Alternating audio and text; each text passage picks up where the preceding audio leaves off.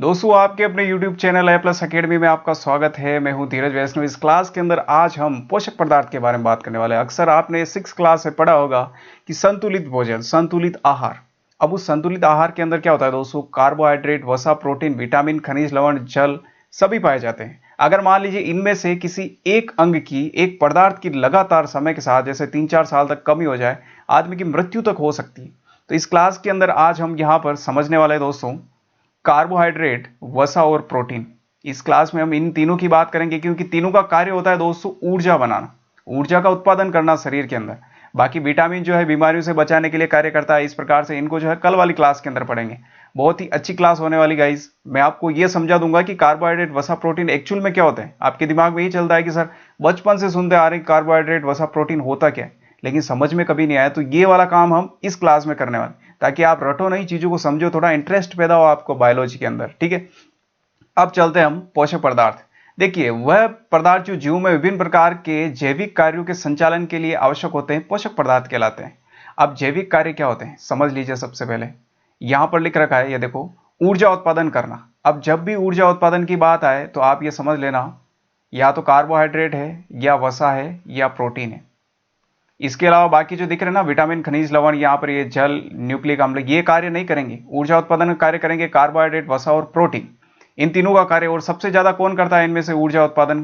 Carbohydrate. यहीं से question बन जाता है। अक्सर ये क्वेश्चन बहुत सारे एग्जाम के अंदर आया हुआ है कि लिखा होता है कि निम्नलिखित में से ऊर्जा का उत्पादन नहीं करता है, और ऑप्शन में आपको ये दे दिया जाता है कार्बोहाइड्रेट, वसा, प्रोटीन और विटामिन। तो ये विटामिन नहीं करता है। ठीक है दोस्तों, बहुत सिंपल क्वेश्चन है। अब क्वेश्चन एक और आता है कि कार्बोहाइड्रेट, वसा और प्रोटीन, इनमें से सबसे ज्यादा ऊर्जा का उत्पादन कौन करता है? तो कार्बोहाइड्रेट करता है। ठीक है, ये एक एक चीज हम पढ़ने वाले हैं। अब देखिए, ऊर्जा उत्पादन हमने अभी समझ लिया है। उपापचय क्रिया, उपापचय क्रिया यानी कि जैविक क्रिया, जैविक रासायनिक क्रिया। जैविक रासायनिक क्रिया के अंदर हमारे शरीर का विकास है, प्रजनन विकास है हमारे जीवों का। ये सारे जो क्रियाएं हैं, ये सारी क्रियाएं उपापचय क्रियाओं के अंदर आता है। अब अलग अलग नाम देंगे तो कैसे समझाएंगे आप किसी चीज को? ये होता है, ये होता है, ये क्रिया वो होती, तो सबको इकट्ठा करके एक नाम दे दिया, उपापचय क्रिया, जिसमें शरीर का वृद्धि विकास हो, ठीक है, हमारे जनन विकास हो। ये सभी प्रकार को हम उपापचय क्रियाओं के अंदर शामिल करते हैं। ठीक है, वृद्धि और निर्माण हमने भी समझ लिया है। इसके बाद है आनुवांशिक पदार्थ। अब आनुवांशिक पदार्थ क्या होता है दोस्तों, समझ लीजिए आप। न्यूक्लिक अम्ल है, ये हमारे आरएनए और डीएनए में पाया जाता है। आरएनए, डीएनए का होता है हमारी कोशिका के अंदर दोस्तों। यानी न्यूक्लिक अम्ल जिम्मेदार है आनुवांशिक गुण के लिए, यानी कि हमारे जो फेस है हमारा, हमारे लक्षण है, हमारे आने वाली पीढ़ी के अंदर मिले। जैसे हमारे गुण किससे मिलते हैं? हमारे पेरेंट्स से मिलते हैं, इसी प्रकार से। तो ये न्यूक्लिक अम्ल में समझेंगे हम कल वाली क्लास के अंदर। ठीक है दोस्तों, अब चलते हैं आगे। तो पोषक पदार्थ आपने समझ लिया है कि क्या क्या होते हैं। जैविक कार्य जैसे ऊर्जा उत्पादन है, उपापचय क्रियाएं, वृद्धि, निर्माण, ये सभी के लिए जिम्मेदार है दोस्तों। ठीक है ना, हर एक का बहुत बड़ा रोल है यहाँ पर। सबसे पहले हम बात करेंगे कार्बोहाइड्रेट। देखिए कार्बोहाइड्रेट अब होता क्या है समझिए मेरे साथ। कार्बो, यहां लिखा हुआ है कार्बो, कार्बो का मतलब है दोस्तों कार्बन, है ना। हाइड्रेट यानी कि हाइड्रेट का मतलब OH, जिसमें ऑक्सीजन भी होगा और हाइड्रोजन भी होगा। यानी कि कार्बो से तो हो गया C, और ऑक्सीजन और हाइड्रोजन, ये तीनों का जो मिश्रण होता है दोस्तों, ये कार्बोहाइड्रेट कहलाता है। यानी कि जब भी बात करें कार्बोहाइड्रेट, आप समझ जाना कि एक तो कार्बन है, एक ऑक्सीजन है और एक हाइड्रोजन है। अब इनका अनुपात कितना होता है दोस्तों, समझिए आप मेरे साथ। 1:2:1। आप रट भी लेंगे लेकिन समझ में नहीं आएगा कि एक्चुअल में होता क्या है। तो यहां पर मैंने एक कार्बोहाइड्रेट की संरचना बना रखी दोस्तों। अब इसे आप समझना ध्यान से। अगर आप यहां पर कार्बन गिनेंगे तो कार्बन कितने हैं? 1 2 3 4 5 6। कितने कार्बन है दोस्तों? 6 कार्बन है। अब आप गिनिए यहां पर हाइड्रोजन गिनिए, तो हाइड्रोजन कितनी है? 1 2 3 4 5 6 7 8 9 10, और ये 11 12। कितनी है दोस्तों? 12। ऑक्सीजन गिनिए अब आप, 1 2 3 4 5 और 6, ये 6। आप इसे काटेंगे, 6 के पहाड़ से कट रहा है, ये एक बार जाएगा। फिर इसे देखेंगे तो ये 2 बार जाएगा कट के, और ये एक बार। कितना अनुपात आया दोस्तों? 1:2:1 आ गया है, और यही हमने यहां समझा है। जब भी कार्बोहाइड्रेट की बात होगी तो 1:2:1 में, यानी कि कार्बन के जितने अणु हैं उससे डबल किसके होंगे? हाइड्रोजन के। जैसे मान लीजिए कार्बन का एक अणु है तो हाइड्रोजन के कितने हैं? 2। इस प्रकार से तो ये संरचना बनती है। ये ओवरऑल जो संरचना होती है दोस्तों, ये होती है कार्बोहाइड्रेट। आप बोलेंगे सर फिर भी सर मजा नहीं आया सर, तो मैं अभी समझाता हूं आपको। मान लीजिए मैं थोड़ा सा यहाँ कलर कर देता हूं इस प्रकार से, ये कलर कर दिया है। अब एक और मैं कलर लेता हूं, ये आपको ही इसका आंसर देना है दोस्तों, ठीक है। ये मैंने एक और कलर लिया है। क्या फील आया इसे देखने के बाद? सर ये तो हमारा सर तिरंगा है, सर तिरंगा है, यही बोलेंगे आप। तो आपको ऐसा क्यों लगा? एक कॉम्बिनेशन, एक फिक्स चीजों का कॉम्बिनेशन है, संग्रहण है, उससे लग जाता है कि ये चीज ये है। तो मैंने केसरिया कलर लिया, मैं नीला कलर लिया, बीच में सफेद है, आपके दिमाग में फट से आ गया कि सर ये तो तिरंगा है। इसी प्रकार से जब कार्बन 6 होंगे और ऑक्सीजन यहां पर 6 होगी और हाइड्रोजन यहां पर 12 होकर के ऐसे जुड़ जाएंगे, जो आपको ये चित्र डायग्राम दिख रहा है इधर, ये कहलाता है दोस्तों कार्बोहाइड्रेट। समझ में आएगा उम्मीद करता हूं। आप बोलेंगे सर इसमें से कोई बच्चे हो सकते हैं बोल दे यहां पर कार्बन, हाइड्रोजन, ऑक्सीजन, सर ये क्या है सर? है ना दोस्तों, हमारे प्रकृति के अंदर बहुत सारे अलग अलग तत्व पाए जाते हैं, है ना। आप तत्व की बात करें तो आप 9th क्लास याद करिए, आपकी 9th क्लास के अंदर आपने देखा होगा कि भाई ऊट और सारणी के 18 तत्व बस सुना, नहीं याद होते थे मैक्सिमम को, है ना। अभी तो जैसे बहुत सारों को याद होगा, hydrogen, helium, lithium, beryllium, boron, carbon dioxide, oxygen, fluorine, neon, sodium, magnesium, aluminium, silicon, phosphorus, sulphur, chlorine, argon, इस प्रकार से। यानी कि एक हमारा एक आदत हो जाती लगा था। ये सारे तत्व है दोस्तों। आपने कभी नोटिस किया है कि एक तो आपके स्टील का बर्तन है, एक लोहे की कोई वस्तु है ना, और एक एल्यूमिनियम का तार है, कोई चांदी है, कोई सोना है, सब अलग अलग धातु है, अधातु है। ये सभी धातु है, धातु जो दोस्तों ये तत्व कहलाते हैं। इन तत्वों में से 3 तत्व यहां दिख रहे हैं आपको, एक तो कार्बन है, एक ऑक्सीजन है और एक हाइड्रोजन है। ये तीनों से मिलकर के जो बन रहा है वो है कार्बोहाइड्रेट। अब जरूरी नहीं है, अब मान लीजिए इनका अनुपात जो है हर कुछ भी हो जाए, जैसे कार्बन तो हो गए 500 और ऑक्सीजन हो गए 12 और यहां पर जो है हाइड्रोजन हो गए 10। भाई इससे नहीं बनेगा कार्बोहाइड्रेट। आपको तिरंगा बनाने के लिए 3 कलर ही चाहिए थे, क्या चौथे कलर से तिरंगा बन जाएगा क्या इंडिया का? नहीं बनेगा। तो इसी प्रकार से यहां पर भी हमेशा 1 अनुपात 2 अनुपात 1 अनुपात में ही रहने चाहिए, तब जाकर के कार्बोहाइड्रेट बनेगा। उम्मीद करता हूं दोस्तों अब तो आपको समझ में आ गया होगा, बहुत ही जीरो लेवल से समझाया मैंने, ठीक है। मेरा मकसद यही होता है बच्चों को समझाऊं ताकि लंबे समय तक उन्हें याद रहे और कभी भी जब पढ़े तब ऐसा ना लगे कि हम पढ़ क्या रहे हैं, हम रट रहे हैं। रटने का काम मेरी क्लास में कभी नहीं होता है दोस्तों, ठीक है। अब चलते हैं आगे। ऊर्जा की आवश्यकता की 50 से 75% मात्रा की पूर्ति यही करता है कौन? कार्बोहाइड्रेट। 50 से 75%। अब आपको एक प्रश्न एक इसमें यह पूछा जाता है कि कार्बोहाइड्रेट और वसा और प्रोटीन निम्नलिखित में से कौन सबसे ज्यादा जो है ऊर्जा की पूर्ति करता है शरीर को? तो ये कार्बोहाइड्रेट है। कितने? 50 से 75% कर रहा है दोस्तों, ठीक है। अब चलते आगे। न्यूक्लिक अम्ल का निर्माण। न्यूक्लिक अम्ल हमने पढ़ा है अभी, किससे? आनुवांशिक गुण होते हैं इसमें, आनुवांशिक गुण। तो इसके लिए कौन जिम्मेदार है? आनुवांशिक गुण इनको बनाने के लिए कार्बोहाइड्रेट। यानी कि अगर आप शरीर में अब भोजन ले रहे हैं, कार्बोहाइड्रेट की मात्रा है ही नहीं दोस्तों, अब होगा क्या? न्यूक्लिक अम्ल नहीं बनेगा। न्यूक्लिक अम्ल नहीं बन रहा है तो आनुवांशिक गुण ही नहीं आ रहे हैं, आनुवांशिक गुण ही नहीं रहेंगे। यानी कि बोलते हैं ना कि उसका बेटा उसकी तरह सेम, आते भी उसी की तरह, चेहरा भी उसी की तरह है। यानी कि वो जो बंदा है, वो जो भोजन ले रहा है उसमें कार्बोहाइड्रेट जो है भरपूर मात्रा में, इसीलिए क्या बन रहा है? न्यूक्लिक अम्ल। और न्यूक्लिक अम्ल बन रहा है तो आनुवांशिक गुण भी जा रहे हैं, है ना, एक पीढ़ी से दूसरी पीढ़ी में। बहुत सिंपल है दोस्तों। अब चलते हैं आगे। 1 ग्राम ग्लूकोज। अब ग्लूकोज एक यहां पे आपके लिए अलग शब्द है। देखिए कार्बोहाइड्रेट जो है एक प्रकार की शर्करा है, ध्यान रखना है, मिठास होती है इसके अंदर, है ना। ये बहुत सारे प्रकार के होते हैं, जैसे glucose, glycogen, lactose, fructose, maltose. ये आगे चल के इसमें हम पढ़ने वाले दोस्तों, घबराना बिल्कुल नहीं है। यहां पर देर का 1 ग्राम ग्लूकोज के पूर्ण ऑक्सीकरण से 4.2 किलो कैलोरी ऊर्जा जो है उत्पन्न होती है। अब आप बोलेंगे सर ग्लूकोज क्या है? तो मैं बता रहा हूं पहले ही, कार्बोहाइड्रेट का एक प्रकार है। जिस प्रकार से मनुष्य के अंदर, सभी देशों के अंदर देखा जाए तो कहीं जो है गोरे कलर के मनुष्य, ठीक है, और कहीं काले हैं, कई जो है बिल्कुल सफेद है। तो इस प्रकार से अलग अलग कलर के मनुष्य हैं। इसी प्रकार कार्बोहाइड्रेट भी अलग अलग प्रकार के होते हैं। किन्हीं की संरचना है जो इस प्रकार से होगी, है ना, जहां पर ये आपको संरचना दिख रही थी, थोड़ी संरचना भी चेंज होगा तो उसको अलग नाम दे दिया, इस प्रकार से। तो 1 ग्राम ग्लूकोज के पूर्ण ऑक्सीकरण, ऑक्सीकरण का मतलब होता है दोस्तों उसका दहन करना है, ठीक है, दहन करना यानी उससे जलाना। कितनी ऊर्जा प्राप्त होती है हमें? 4.2 किलो कैलोरी। आप बोलेंगे सर किलो कैलोरी क्या होता है? देखिए अब किलो कैलोरी की बात कर रहा है। देखिए किलो कैलोरी जो है, ये कैलोरी, ये ऊर्जा का एक मात्रक है। किसका है दोस्तों? ऊर्जा का। अब आप में से जो पढ़े लिखे होंगे, कोई साइंस का बंदा होगा, बोलेगा सर ऊर्जा तो है, सर ऊर्जा का मात्रक तो सर जूल होता है। बिल्कुल सही बात है, लेकिन जो हम भोजन लेते हैं उन भोजन के अंदर जो तत्व होते हैं उनकी ऊर्जा नापने के लिए हम कैलोरी का उपयोग करते हैं भोजन के लिए। बाकी आपने गतिज ऊर्जा, स्थितिज ऊर्जा देखी होगी, उसके अंदर हम जूल का प्रयोग करते हैं। ठीक है दोस्तों, अब बात करते हैं किलो कैलोरी क्या है। सर मान लिया सर कैलोरी भी समझ में हमें आ गए कैलोरी क्या है, लेकिन एक्चुअल में कैसे समझेंगे हम। देखिए एक्चुअल में समझते हैं कि जैसे 1 ग्राम जल लिया मैंने, 1000 ग्राम, ठीक है। 1000 ग्राम जल को मैंने गर्म किया और इसका तापमान 1 डिग्री सेल्सियस मुझे और बढ़ाना है। यानी कि जितना जल है उसका तापमान 1 डिग्री और मुझे बढ़ाना है, तो बढ़ाने के लिए जितनी उसको ऊष्मा या ऊर्जा देनी पड़ेगी ये होती है 200 किलो कैलोरी।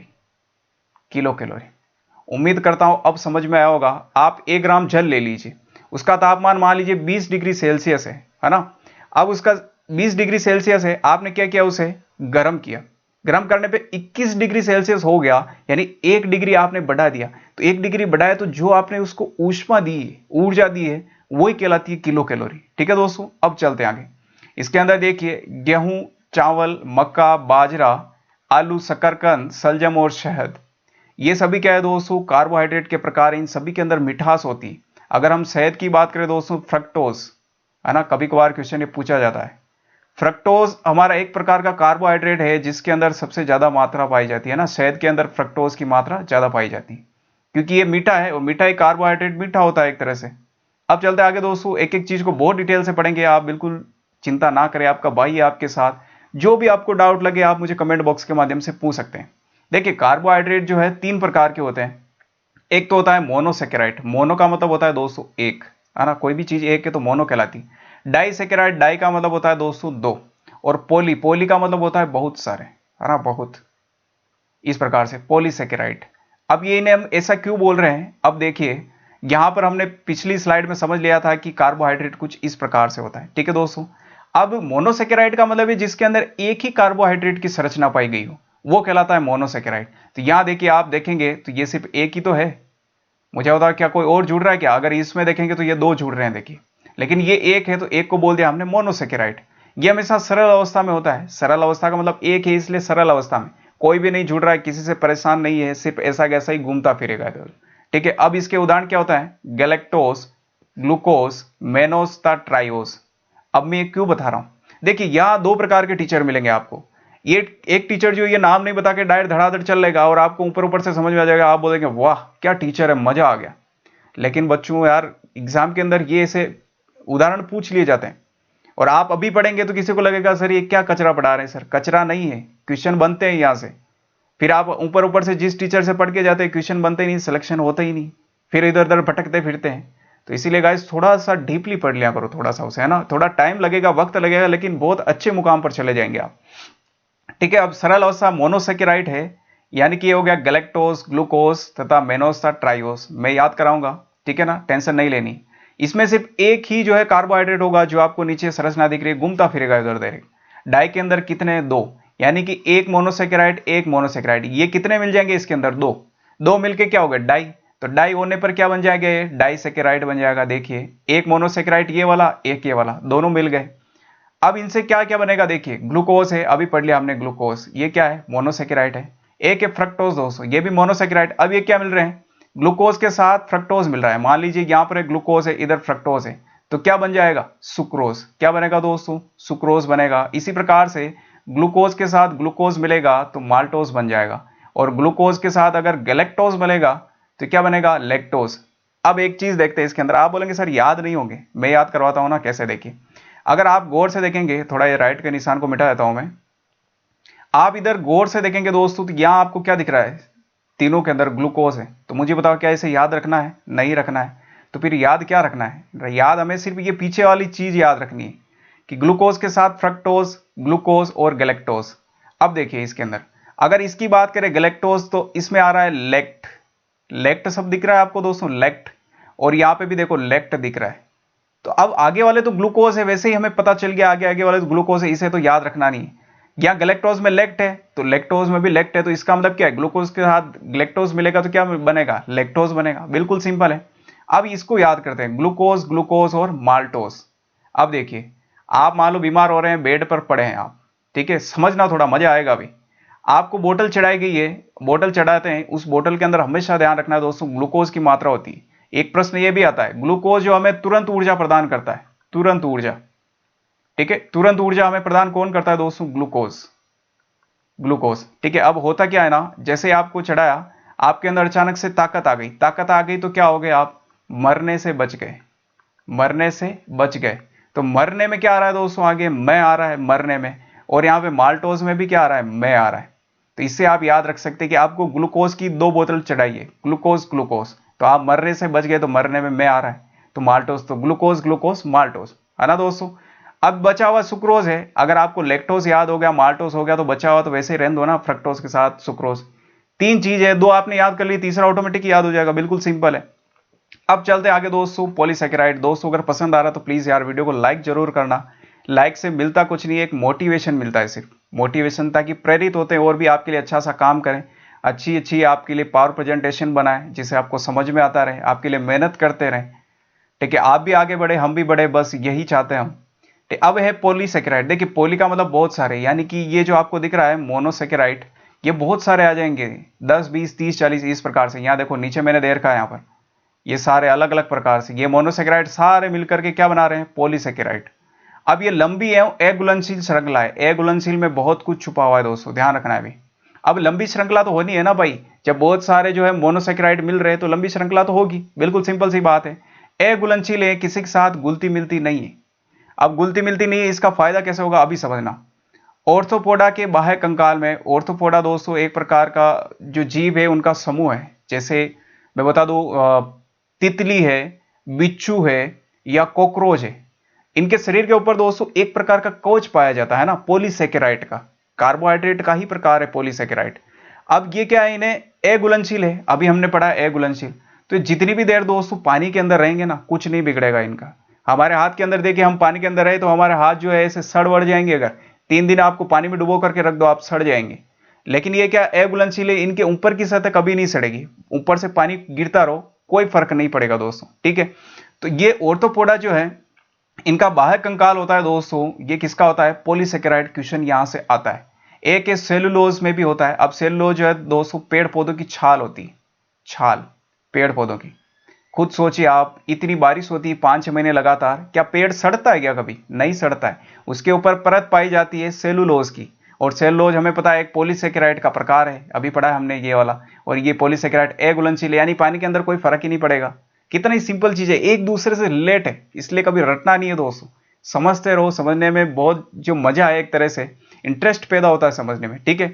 अब इसके अन्य उदाहरण है दोस्तों, स्टार्च, काइटिन और ग्लाइकोजेन, है ना, ग्लाइकोजन मान सकते हैं इसे, जन भी बोलते हैं इसको बहुत सारे।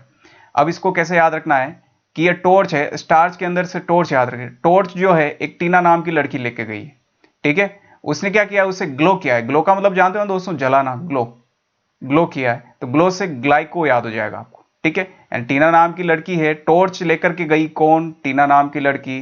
क्या किया उसने? टॉर्च को ग्लो किया यानी जलाया, तो टॉर्च से तो स्टार्च बन गया, और टीना से काइटिन बन गया, और आपकी ग्लो कराया तो ग्लो से ग्लाइकोजन बन गया, ठीक है दोस्तों। उम्मीद करता हूं समझ में आओगा यार, समझ में आया तो प्लीज लाइक जरूर कर देना, है ना। अब चलते हैं आगे। तो ये सारे जो प्रकार है आपको याद रखने हैं, इसमें बार बार एग्जाम के अंदर ये क्वेश्चन पूछे जाते हैं। अब चलते हैं आगे। अगला है दोस्तों, कार्बोहाइड्रेट के प्रमुख कार्य क्या है? ऑक्सीकरण द्वारा। ऑक्सीकरण का मतलब होता है दोस्तों यहाँ पर दहन, है ना, दहन के द्वारा ये क्या है? ऊर्जा की आवश्यकताओं को पूरा करना, मेन रोल ही इसी का होता है। कितना परसेंट? 50 से 75%, अभी पढ़ा है हमने। हमारे शरीर को ऊर्जा इसी से मिलती है। शरीर में भोजन संचयन की तरह कार्य करने में, संचयन का मतलब होता है दोस्तों संग्रहण करने में, संग्रहण, संग्रहण करने में। अब संग्रहण कैसे है कि हमारे शरीर के अंदर दोस्तों ग्लाइकोजन, ग्लाइकोजन जो है दोस्तों ये हमारे शरीर के अंदर संग्रहित रहता है। अब जैसे आप बीमार होते हैं, आप 2-3 दिन खाना नहीं खाएंगे तो भी जीवित रह जाएंगे, तो ये ग्लाइकोजन जो हमारे शरीर के अंदर रहता है, ये क्या है? कार्बोहाइड्रेट का प्रकार है, और कार्बोहाइड्रेट में क्या होती है? ऊर्जा। तो ये धीरे धीरे वापस ग्लाइकोजन किस में टूटता है दोस्तों? ग्लूकोज में, और ग्लूकोज से हमें पता है ऊर्जा मिलती है हमें। तो इसीलिए आप 2-3 दिन खाना भी नहीं खाएंगे ना, तो आप ठीक ठाक कंडीशन में भी रह जाएंगे, ऐसा नहीं कि तुरंत मर जाएंगे आप। तो इसका मतलब हमारे शरीर के अंदर जो जितने भी दिन पहले हमने जो खाना खाया है, उसमें से थोड़ा थोड़ा जो है ग्लूकोज इकट्ठा होकर ग्लाइकोजन बन के जम गया है। अब जमने के बाद फिर से आप बीमार हो गए, अब खाना नहीं जा रहा है, अब खाना नहीं जा रहा है, शरीर को खाना चाहिए, ऊर्जा चाहिए, तो ये ग्लाइकोजन जो जमा होता है ये इसे तोड़ तोड़ करके वापस क्या है ग्लूकोज में बदल जाता है, और ग्लूकोज से हमें थोड़ी थोड़ी ऊर्जा मिलती रहती, ज़्यादा नहीं फिर भी थोड़ी बहुत ऊर्जा से हम थोड़े हिल डुल तो सक ही सकते हैं। ठीक है ना दोस्तों, तो उम्मीद करता हूँ ये समझ में आएगा कंसेप्ट आपको। तो भोजन का संचयन करने का कार्य कौन करता है, किसके रूप में, ग्लाइकोजन के रूप में। ठीक है, विटामिन सी का निर्माण करता है दोस्तों, ये भी आपको थोड़ा ध्यान रखना है। जंतुओं के बाह्य कंकाल अभी हमने ऑर्थोपोडा के अंदर समझ लिया है ना, ऑर्थोपोडा। इसके बाद है न्यूक्लिक अम्लों का निर्माण, अभी समझा था हमने न्यूक्लिक अम्ल है ना, आरएनए डीएनए में, आरएनए डीएनए में, और किसमें, आनुवांशिक गुण है ना, आनुवांशिक गुण के लिए जिम्मेदार है। ठीक है दोस्तों, अब चलते हैं आगे। बहुत सिंपल चीज है दोस्तों, कार्बोहाइड्रेट कुछ भी नहीं है, एक शर्करा का रूप ही है। ठीक है, अब हम समझते हैं प्रोटीन को दोस्तों। देखिए प्रोटीन को भी हम ऐसे ही समझने वाले हैं, बहुत ही अच्छे अच्छे मजे मजे हम समझेंगे। प्रोटीन एक कार्बनिक यौगिक है। जब भी नाम आए ना दोस्तों कभी भी कि कार्बनिक यौगिक, आपने पढ़ा तो होगा पक्का, लेकिन कभी आपने गौर नहीं किया होगा। कार्बनिक यौगिक का मतलब होता है दोस्तों, कार्बनिक का मतलब कार्बन, सी कार्बन। यौगिक का मतलब होता है कि जब बहुत सारे अणु परमाणु एक साथ मिल जाते हैं उसे यौगिक बोलते हैं। ठीक है ना, तो अब ये देखिए यहां पर है, आपको ये दिख रहा होगा कार्बन, यहां पर ये इन कार्बन के साथ कौन है, देखिए हाइड्रोजन भी है, नाइट्रोजन भी, ऑक्सीजन है, तो बहुत सारे आकल के मिल गए, तो मिलने को यौगिक बोलते हैं, और कार्बन के साथ मिले हुए इसलिए कार्बनिक यौगिक। बिल्कुल सिंपल बात है। ठीक है, जो 20 एमिनो अम्लों से मिलकर बना होता है, ये जो मैंने आपको एक डायग्राम बताया ये एक एमिनो अम्ल है ना, एक एमिनो अम्ल है। इस प्रकार से कितने होते हैं दोस्तों, टोटल 20 होते हैं। जो आपको आर दिख रहा है ना, दिमाग में आ रहा होगा सर ये आर क्या है, बाकी सी तो कार्बन है, एन नाइट्रोजन है, एच हाइड्रोजन है, ओ ऑक्सीजन है, ये तो समझ आया। आर का मतलब है दोस्तों यहां पर जैसे एक ट्रेन मान लीजिए आप, ये ट्रेन है, इस ट्रेन के यहां पर एक भाग होता है, इससे एक डिब्बा और जुड़ जाता है, फिर यहां पर एक और होता है, इससे एक डिब्बा और जुड़ जाता है, तो जुड़ने वाला भाग है। इसी प्रकार यहाँ एमिनो अम्ल है, एक एमिनो अम्ल है, ये आर यहां पर एक और एमिनो अम्ल आकर के जुड़ेगा। जोड़ने कितने हैं दोस्तों, टोटल 20 एमिनो अम्ल, तब जाकर के प्रोटीन बनेगा। तो यहां पर आर जो है एक तरह से ये जोड़ने का कार्य कर रहा है, बंद बनाने का। इस आर की जगह सेम टू सेम ऐसा एक और एमिनो अम्ल आएगा, फिर उसमें भी एक और आर होगा तो उसकी जगह फिर और जुड़ेगा, ऐसे जुड़ करके कितने 20 डिब्बे रेल की तरह हो जाएंगे।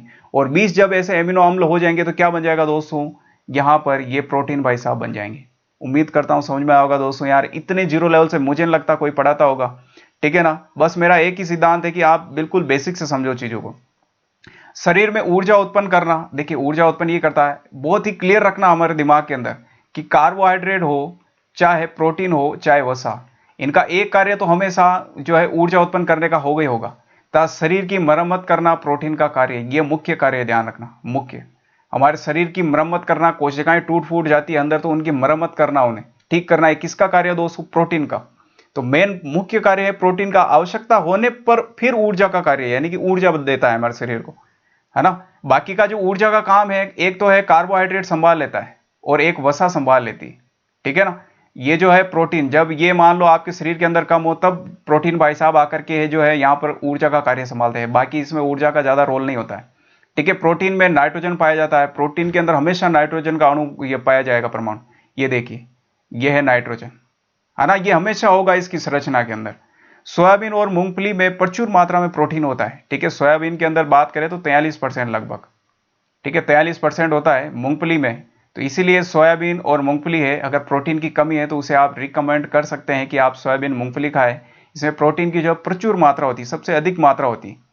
1 ग्राम प्रोटीन को जलाने पर 4.1 किलो कैलोरी ऊर्जा प्राप्त होती है। ठीक है ना, ध्यान रखना है। अब मैंने आपको बता दिया था किलो कैलोरी क्या है, अच्छे से समझा दिया मैंने। ठीक है, तो 1 ग्राम को जलाना है, 1 ग्राम आप प्रोटीन लीजिए, आप इसे जला दीजिए, जलाने पर जो आपको ऊर्जा कितनी मिलेगी, 4.1 किलो कैलोरी। ठीक है दोस्तों, ये ध्यान रखना। अब ये किस किस में पाया जाता है, मछली, दूध, अंडा, दाल, सोयाबीन, दही और पनीर के अंदर। ठीक है, ये थोड़ा नाम आप जरूर याद रखना। एक तो दूध से बनी हुई चीजें आना, जैसे दूध हो गया, दही हो गया और पनीर, ये तीनों चीजें। एक हमारी दालों के अंदर जितनी भी प्रकार की दालें हैं प्रोटीन पाया जाता है उसमें। तो मनुष्य जो सबसे ज्यादा हमारी प्रकृति के अंदर जो है, हम लोग जो प्रोटीन को जिस रूप में हम लेते हैं वो है हमारा दाल, है ना। हम दाल के रूप में इसका उपयोग करते हैं, बहुत सारी दालों को खाते हैं। तो सबसे ज्यादा जो हम शरीर के अंदर प्रोटीन लेते हैं किसके माध्यम से, दालों के माध्यम से। ये भी क्वेश्चन पूछा जाता है दोस्तों। ठीक है, मछली और ये दूध, अंडा, इसके अंदर आपको ध्यान रखना है। अब चलते हैं हम आगे। आगे दोस्तों प्रोटीन के प्रकार देखिए, जिस प्रकार कार्बोहाइड्रेट में मोनो और डाई और पॉलीसेकेराइड था, इसी प्रकार से सरल प्रोटीन, संयुग्मी प्रोटीन और व्युत्पन्न, ये बहुत सारे टीचर नहीं पढ़ाते हैं दोस्तों। लेकिन पढ़ना हमारा काम है, नहीं पढ़ेंगे तो क्वेश्चन आएगा, बाउंसर जाएगा और फिर बोलेंगे कि सर पढ़ते हैं लेकिन कुछ क्वेश्चन आते ही नहीं। कहाँ से आएंगे, ऊपर ऊपर से पढ़ते हैं आप, मलाई मलाई खाने की आदत है। केवल एमिनो अम्ल से बने होते हैं। एमिनो अम्ल अभी पीछे हमने देख ली थी उसकी स्लाइड, ये सिर्फ एमिनो अम्ल से मिलकर बने होते हैं ना। इसके उदाहरण है एल्ब्यूमिन्स, ग्लोब्यूलिन्स और हिस्टोन। नाम ज्यादा रटने नहीं है, एक बार देख लेना है। आप 2 बार इस वीडियो को देखोगे और इसकी पीडीएफ जो मैं आपको डिस्क्रिप्शन में लिंक दूंगा वहां से आप डाउनलोड कर लेंगे, 1-2 बार रिवीजन करेंगे, कभी नहीं भूलेंगे दोस्तों, है ना। जब हम पैदा होते हैं तो पैदा होते ही हम चलना फिरना दौड़ना नहीं सीख जाते, प्रैक्टिस। तो इसलिए प्रैक्टिस करें, ये चीजें अब आपके हैबिट में आ जाएगी तो आपको इतना कठिन नहीं लगेगा कि भाई एल्ब्यूमिन है, ग्लोबुलिन है, हिस्टोन है, अरे ये तो वही प्रकार है यार, सरल प्रोटीन का प्रकार है, इस प्रकार से, है ना। सहयुग्मी नाम से स्पष्ट है। सहयुग्मी यानी कि युग्म यानी जोड़ा, जिसमें एक से ज्यादा प्रोटीन इसमें होगा। प्रोटीन के अणु एक समूह के रूप में होंगे, यानी कि एक से ज्यादा। ठीक है दोस्तों, इसमें है क्रोमोप्रोटीन और ग्लाइकोप्रोटीन। तो आप क्रोमोग्लाइको से याद रख सकते हैं, क्रोमोग्लाइको। ठीक है, इससे आप ये याद रख सकते हैं। अब चलते हैं आगे। अगला है दोस्तों व्युत्पन्न प्रोटीन। व्युत्पन्न का मतलब है कि बनना, व्युत्पन्न, है ना। किसी भी चीज जो बनती है उसे व्युत्पन्न बोलते हैं। तो हमारे कुछ प्रकृति के अंदर प्रोटीन पाए जाते हैं दोस्तों, उनका जलीय अपघटन। आप बोलेंगे सर जलीय अपघटन क्या होता है? कुछ भी जो प्रोटीन है प्रकृति के अंदर उसमें आप जल मिला दीजिए, जल मिलाने से वो जलीय अपघटन हो गया उनका। ठीक है दोस्तों, अब जलीय अपघटन हुआ है तो ये वाले जो प्रोटीन होते हैं ये व्युत्पन्न प्रोटीन कहलाते हैं। इसमें कौन सा है? प्रोटीन्स है, पेप्टोन है और पेप्टाइड है। तो ये आपको ध्यान रखना। आप क्वेश्चन कैसे बनता है, देखिए क्वेश्चन बनता है, पेप्टोन दे देगा कि पेप्टोन निम्नलिखित में से प्रोटीन का प्रकार है, सरल प्रोटीन, सहयुग्मी प्रोटीन, व्युत्पन्न प्रोटीन। क्या करोगे फिर? नहीं लगा पाओगे, नहीं कर पाओगे, जो ऊपर ऊपर से पढ़ के जाओगे। तो इसका मतलब क्या है? व्युत्पन्न प्रोटीन का एक प्रकार का उदाहरण है। तो ग्लाइको और ये क्रोमो हमने याद कर लिया है, सहयुग्मी का है। व्युत्पन्न का हमने याद किया है, प्रोटीन्स और पेप्टोन और पेप्टाइड है। अगर 2 का याद है तो तीसरे को आप इनको छोड़ दीजिए ना, वैसे आपको वैसे ही आइडिया लग जाएगा कि बचा हुआ सरल प्रोटीन के। ठीक है, ये सबसे इंपॉर्टेंट है दोस्तों। आप अगर एनसीईआरटी अगर कोई पढ़ता है तो आप पहला वाला जो क्लास है, यानी कि यूनिट पहला साइंस के अंदर 10th क्लास के अंदर, है ना, आप उसे पढ़े आराम से। उसके अंदर भी दे रखा है क्वाशियोरकोर और मरासमस। तो क्वाशियोरकर और मरासमस एक तरह का दोस्तों रोग है जो लगातार हमारे जो भोजन लेते हैं हम, लगातार अगर उसमें प्रोटीन की कमी है तो ये रोग हो जाते हैं। इस रोग में क्या होता है ना दोस्तों कि बच्चा जो है कमजोर हो जाता है, कमजोर होने के साथ ही उसका पेट फूल जाता है, इस प्रकार से पेट फूल जाता है। ठीक है, और यहां पर हाथ और पांव उसके बहुत कमजोर हो जाते हैं। यहां देखिए आप, ये पेट इसका फूला हुआ है दोस्तों, और ये हाथ पांव देखिए कितने कमजोर हैं इस बालक के। ठीक है, तो ये होता है क्वाशियोरकोर।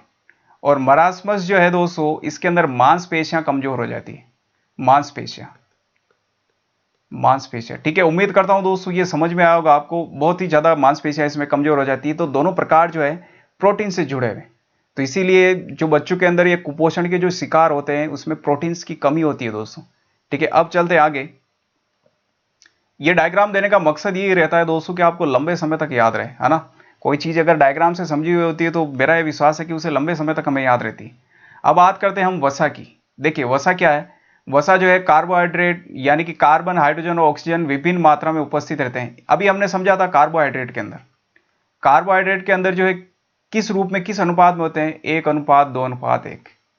लेकिन वसा के अंदर ऐसा कोई फिक्स नहीं है। वसा के अंदर धड़ाधड़ जो भी है, जितना भी आ रहा है, किसी में अलग, किसी में अलग, किसी में अलग। यहां आप देखिए इसकी संरचना, एक वसा ये है, एक वसा ये।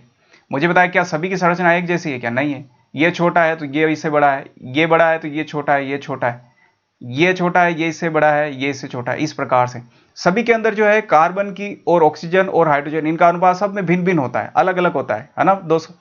वसा जो है अगर 20 डिग्री सेल्सियस, है ना दोस्तों, 20 डिग्री सेल्सियस ताप पर अगर है तो ये ठोस कहलाती। ठीक है, ठोस। और अगर इस ताप के ऊपर अगर ये द्रव अवस्था में है तो क्या कहलाएगी? तेल कहलाएगी।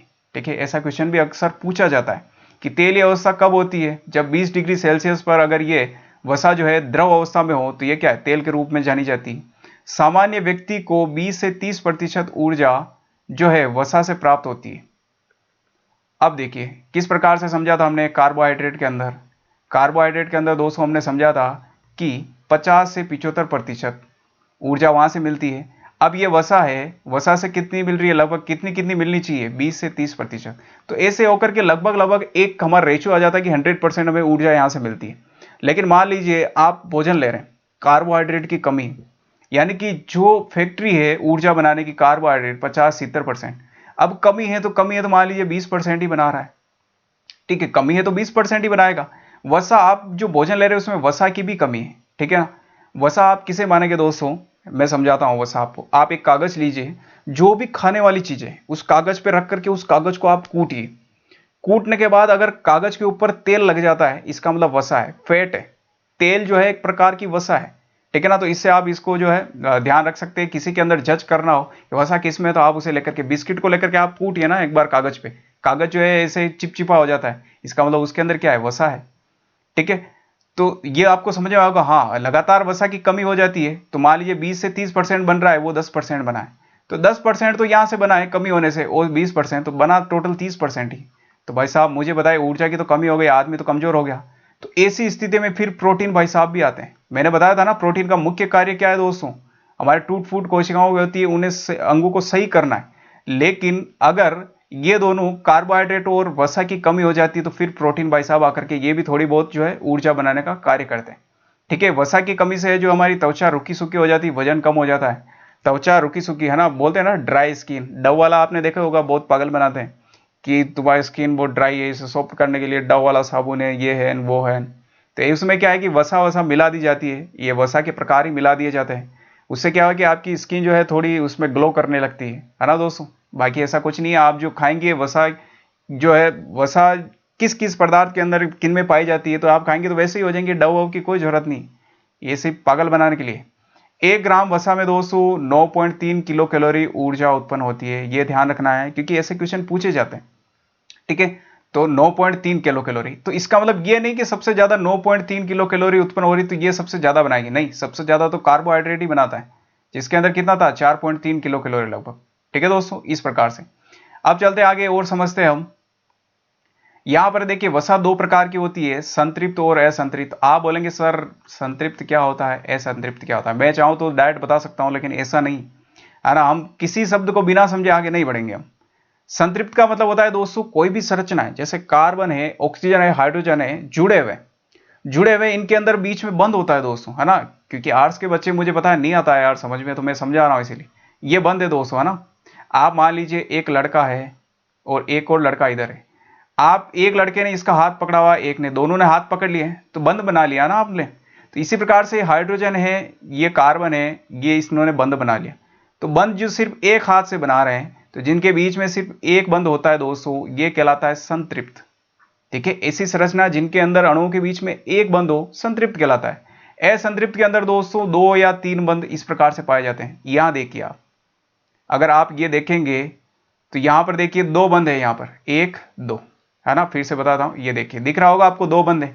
तो ऐसा 2 या 3 बंद हो जाए तो दोस्तों वो असंतृप्त संरचना होती है ना। उम्मीद करता हूं समझ में आएगा दोस्तों। अब देखिए असंतृप्त वसा जो है मछली के तेल और वनस्पति तेल यानी पेड़ पौधों के तेल में, है ना। तो इनके अंदर क्या पाया जाता है, असंतृप्त वसा पाई जाती है। संतृप्त वसा की अगर बात करें तो नारियल का तेल और ताड़ का तेल यानी पाम ऑयल, ठीक है दोस्तों, एक तरह का पेड़ होता है पाम ऑयल। तो इस प्रकार से नारियल का तेल और ताड़ का तेल है वो संतृप्त वसा है, जिसके अंदर सिर्फ एक ही प्रकार का बंध पाया जाएगा। और मछली के तेल और वनस्पति तेल के अंदर जो है दोस्तों 2 प्रकार के बंध पाए जाएंगे, यानी कि 2 बंध और 3 बंध, इस प्रकार से। अब देखिए जो वसा है हमारी, एक्चुअल में वसा इस प्रकार से संरचना है इसकी, ये वसा है। तो यहां पर होता है, इसको बोलते हैं दोस्तों, एक इसका नाम है ग्लिसरीन, है ना दोस्तों, ग्लिसरीन। अब ये ग्लिसरीन मिलेगा इस वसीय, है ना, वसीय अम्ल से। जब भी ग्लिसरीन वसीय अम्ल से मिलेगा, और वसीय अम्ल कितने होने चाहिए, यहां पर दे रखा है 3, इस प्रकार से। तो तीनों से मिलकर ग्लिसरीन अगर मिल जाएगा तो बन जाएगी ये वसा, इस प्रकार से ये वसा बन जाएगी, ठीक है दोस्तों। आपको ज्यादा याद नहीं रखना है, अगर कभी कभार आ जाए, वसा का निर्माण होता है निम्नलिखित में से, तो दे दिया जाता है ग्लिसरीन और वसीय अम्ल, ग्लिसरीन और प्रोटीन, इस प्रकार से। तो आपको ये थोड़ा ध्यान रखना है ना, ये भी पूछा जाता है। ये देने का मकसद एक ही है दोस्तों कि आपको संतृप्त असंतृप्त समझ में आए, बाकी से याद नहीं करना है, कोई मतलब नहीं, ठीक है। संरचना से हमें कोई मतलब नहीं, किधर सी लग रहा है किधर और लग रहा है। ये शरीर को ऊर्जा प्रदान करते हैं, मैंने पहले ही बता दिया, कार्बोहाइड्रेट, प्रोटीन और वसा है, सारे का काम एक ही होता है, शरीर को ऊर्जा प्रदान करते हैं। कितनी, 25 से 30%, 25 से 30%, ठीक है दोस्तों। त्वचा के नीचे जमा होकर शरीर के ताप को बाहर नहीं निकलने देती है। वेरी इंपॉर्टेंट है दोस्तों, ध्यान रखना है। अब ये क्या है दोस्तों, एक तरह की फैट है, चर्बी है। वसा एक तरह की चर्बी है, चर्बी बनाती है हमारे शरीर में। कोई भी मोटा आदमी है ना, तो उसका मतलब यही है कि उसके अंदर जो है फैट बहुत ज्यादा है, वसा बहुत ज्यादा है दोस्तों। अब होता क्या है, जैसे हमारी ये स्किन है, इस स्किन के अंदर नीचे जमा हो जाएगी। अब वसा ज्यादा है, इसका मतलब जमा हो गई तो हमारी चमड़ी है मोटी हो गई, हम भी मोटे हो गए। तो ये क्या करता है दोस्तों कि ताप को जो है बाहर नहीं निकलने देता है। इसका फायदा है दोस्तों, क्या फायदा है, आप सर्दी के अंदर आप खड़े हैं, बाहर की ओर सर्दी है, फिर भी आप महसूस करेंगे आपके शरीर के अंदर गर्म गर्म भाप। ऐसे करते हो आप, बचपन में करते होंगे, अभी भी करते होंगे, बड़े हैं तो भी। तो ये भाप निकल रही है, क्या है, इससे हमारा शरीर इससे लगता है कि गर्म है अंदर से। तो इसका बॉडी को जो है टेम्परेचर बाहर नहीं जाने देने का कार्य कौन कर रहा है यहाँ पर, ये वसा कर रही है। वसा रोक देती है दोस्तों। ये एक तरह की फैट है और हमारे इस चमड़ी के नीचे की ओर चर्बी के रूप में जम जाती है। जमने से क्या है कि ये ताप को जो है बाहर की ओर नहीं जाने देती है। ठीक है, उम्मीद करता हूं दोस्तों समझ में आया तो प्लीज यार लाइक जरूर करें वीडियो को। अब चलते आगे। ये शरीर के विभिन्न अंगों को चोटों से बचाती है।